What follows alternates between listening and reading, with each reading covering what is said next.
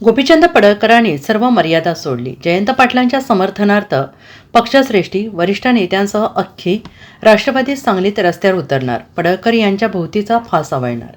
भाजपचे आमदार गोपीचंद पडळकर यांनी माजी मंत्री जयंत पाटील यांच्या विरोधात केलेल्या वक्तव्याविरोधात राष्ट्रवादी काँग्रेस शरदचंद्र पवार पक्ष चांगलाच आक्रमक झालेला आहे.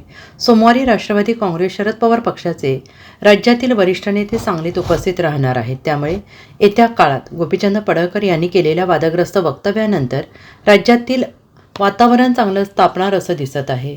शुक्रवारी राज्यभरात राष्ट्रवादी काँग्रेस शरदचंद्र पवार पक्षाच्या नेत्यांनी रस्त्यावर उतरून आंदोलन करीत निषेध व्यक्त केला आहे. माजी मंत्री आणि राष्ट्रवादी काँग्रेस शरदचंद्र पवार पक्षाचे ज्येष्ठ नेते जयंत पाटलांवर भाजपाचे आमदार गोपीचंद पडळकर यांनी पातळी सोडून टीका केली आहे.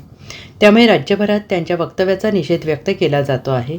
जयंत पाटलांच्या वडिलांचा उल्लेख करत पडळकरांनी अत्यंत खालच्या भाषेत टीका केली. टीका करताना पडळकरांनी जयंत पाटलांचा एकेरी उल्लेख केला आहे. तसेच त्यांच्यावर गंभीर आरोप केले आहेत. या प्रकरणाचा निषेध करण्यासाठी राष्ट्रवादी काँग्रेस शरद पवार पक्षाचे राज्यातील वरिष्ठ नेते उपस्थित असणार आहेत.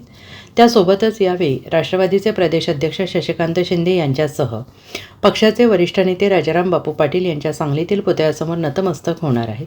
त्यासोबतच ही नेते मंडळी रस्त्यावर उतरून आंदोलन करणार आहेत. Bureau report SBN Marathi Sangli.